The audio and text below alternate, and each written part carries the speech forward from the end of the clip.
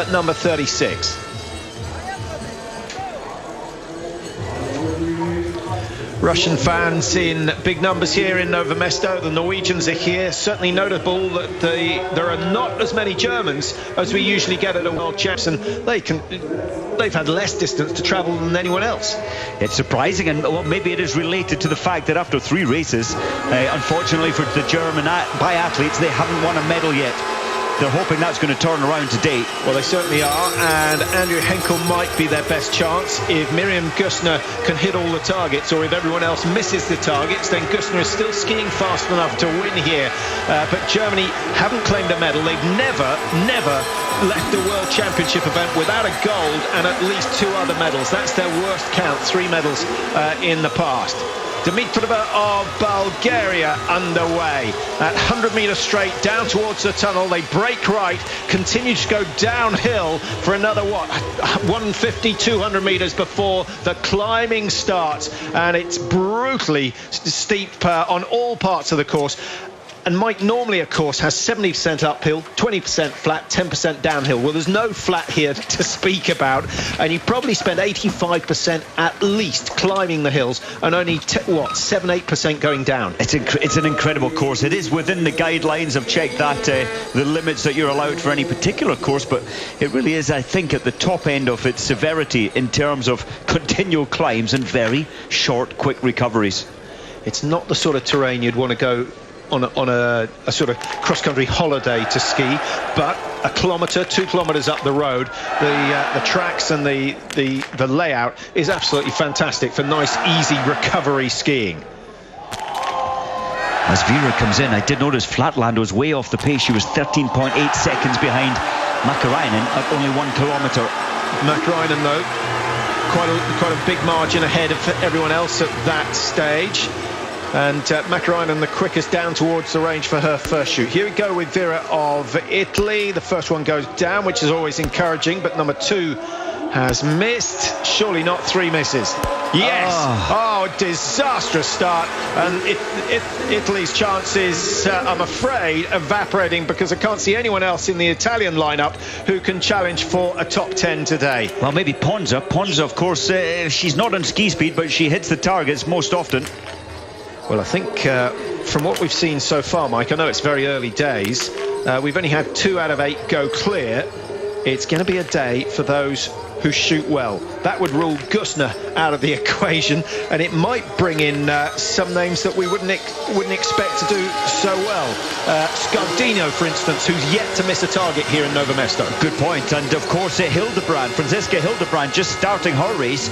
She's good for a 19 out of 20 hit rate in these individual races. Now here we go with Mäkäräinen. The wind's still predominantly left to right, but it is starting to blow towards her, and she seems to have taken note of that. Has she made the right adjustment on the rifle? Her ski speed is amazing, Patrick. She's 22.5 seconds ahead of the next athlete. Shemarenko's 34 seconds behind her. Well, she's twice adjusted the sights. Oh, there you go. Bad start. Well, she may be 22 seconds ahead in ski terms, Mike. She's just thrown away 2 minutes. Did you see her blow through the rear sight there? Even though there's the rear sight covers on, she's obviously got some snow in those sights, and that put her off. Well, as we mentioned, no one has won this title, missing more than 1 target in the last 10 years. So maybe it's over for Mäkäräinen already. Glazarina goes for Russia, and certainly she is one who can shoot in difficult conditions. And most of those who train up in Siberia will shoot in the wind more often than they shoot in the calm. There she is. So just a snowflake, some damp in there. It's absolutely put Mäkäräinen off. Mäkäräinen won here last year in the World Cup that came to Nove Mesto in this race. She only missed 2 on that day. So the one and only Brazilian in the field, Jacqueline Mourão. Crew did an interview with her the other day. She said there's no doubt that she is the one who wants to get off the start earlier than anyone else, because she's yet to adjust to the cold conditions. She only started skiing, what was it, at 17? So a relatively short career. And we'll see how she gets on. But even from those early shots, Mike, you can see that she doesn't have the balance of those who've spent the majority of their life on skis. It's a sport really where you need to have that feeling through the skis, having done thousands and thousands of kilometres by the time you're 16. Really, to get the feel of the sport, it's an early beginning you need. All the way from Canmore in Canada, just up the road from Calgary, Rosanna Crawford. Beautiful. That's a really good start from her. And 9:49 from Landova of the Czech Republic is going to be challenged. She's just got to exit the range, and we could be looking at the new fastest time. So Crawford sets the pace early on.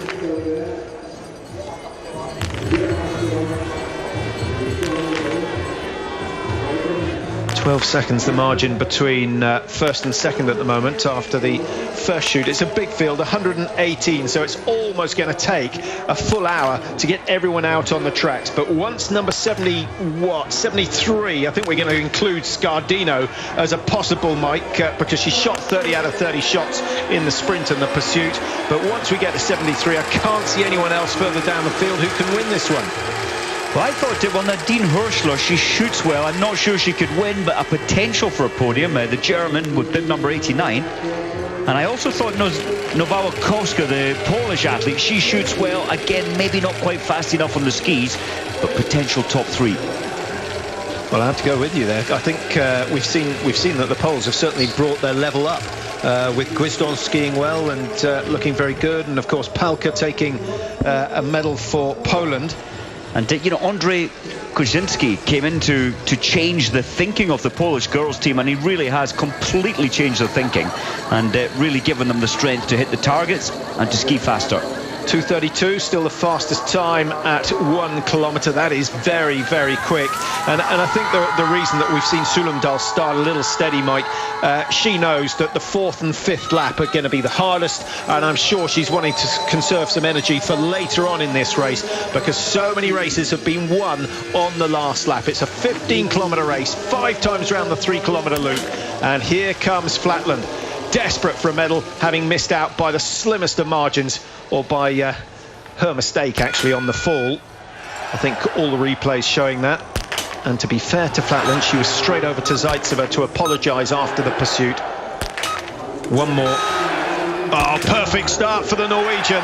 And the time, although she was way behind Makarainen at the first split, she's going to more than make up for that by shooting 5 with 5. Crawford on 9:37 is going down into second, and Norway have the lead once again.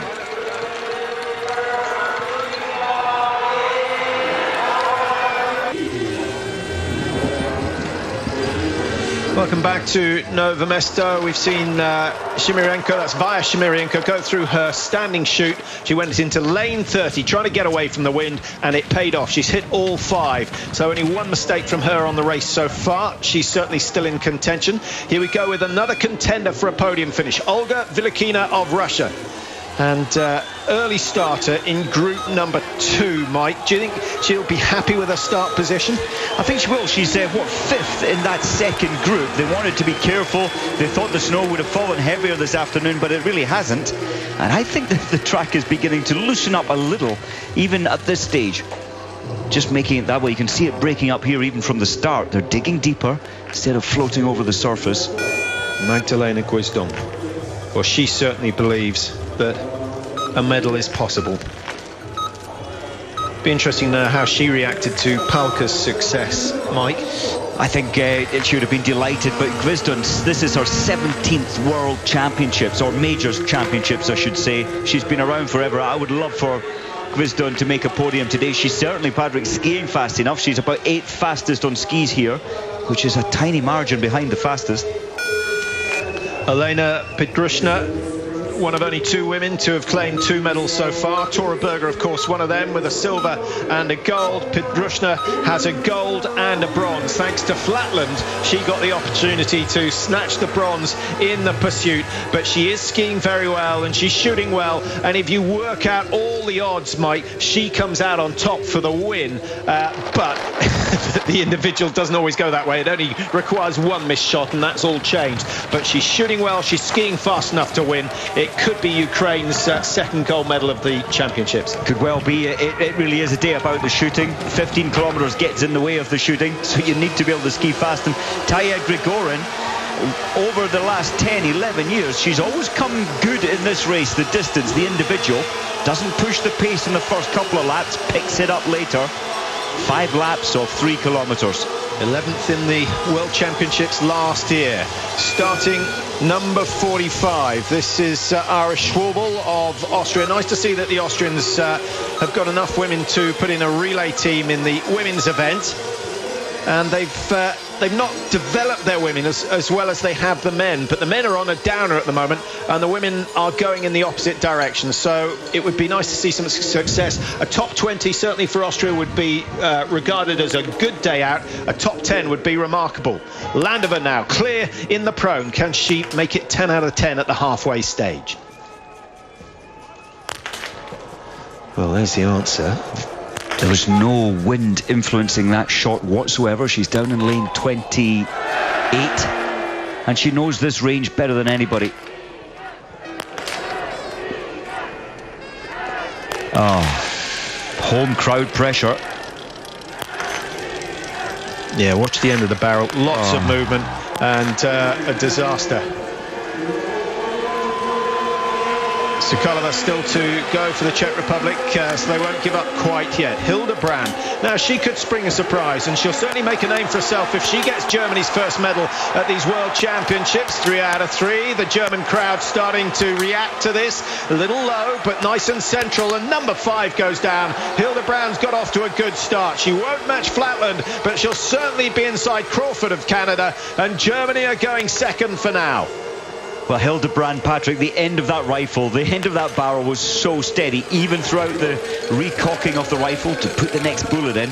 I think Hildebrand will be looking at 19, maybe even 20 hits today. Mäkirainen can only do 18, but she will know that she cannot afford another miss if she wants to take the gold medal here. Isn't it interesting? Last year she won this race. I mentioned it earlier. When the World Cup came here, and she only missed 2 on that day, so she needs to get the next 10. She could still win this one the way she's skiing. I think the difference there was, Mike, it was very, very windy and no one else hit any targets, so she did exceptionally well in difficult conditions. Glazarina goes clear and the time is good. She'll certainly be close to Flatland, might even be inside it, and shooting up at the top end of the range. She's only got a few meters to go. We have a new leader, Glazarina of Russia, 9:12.4, but a long, long way to go. 15 targets still remaining for her. Number 50, Miriam Gosner, the miracle girl. Can she do it again? Her career is full of unbelievable performances, both good and bad. And they said she came out of the same mould as Neuner. I don't think anyone believed that it could be quite as similar.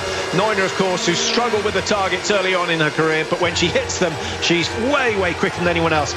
How much time, Mike, do you think she can make up on the rest of the field? This course so far, her form from the World Cups we've seen after Christmas, her form has dropped without a doubt, but I think she looked more dynamic today. I think she can take at least 45 seconds out of the next fastest if she has her good mindset day. Now, Dorothy Vera hasn't had a good start. I wonder what Karin Oberhofer can do. Starting number 51. We're well into Group 2 now. Ekaterina Orlova of Russia is the next to start. And then Susan Dunkley of USA, who she could certainly do something. Dunkley's shown a lot of promise over the last couple of seasons, and the Americans need something to cheer about. Here we go with Zaitseva, and 2 fourth positions in the sprint and the pursuit. It's certainly time that she went at least 1 place higher. Second fastest time, Zaitseva, into the range, but 16 seconds behind Mäkirainen. She's shooting a little quicker than most. A little lucky with shot number 3, split round, but it's gone down. Number 4 does not pay off. She needs to adjust the sights. She needs to move them another 4 clicks to the left. The wind was strong there. Yeah, a change in the wind between shots 2 and 3, and that, we've said it so many times,